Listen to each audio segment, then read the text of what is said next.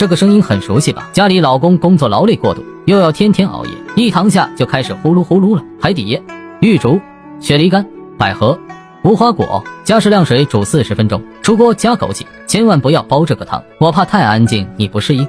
有些人身体明明很虚，但一补就上火，这是虚不受补。焯水排骨、五指毛桃、薏米、芡实、淮山、桂圆、无花果，加清水煲1小时，加盐调味即可。先喝这个调理好了，再好好进补吧。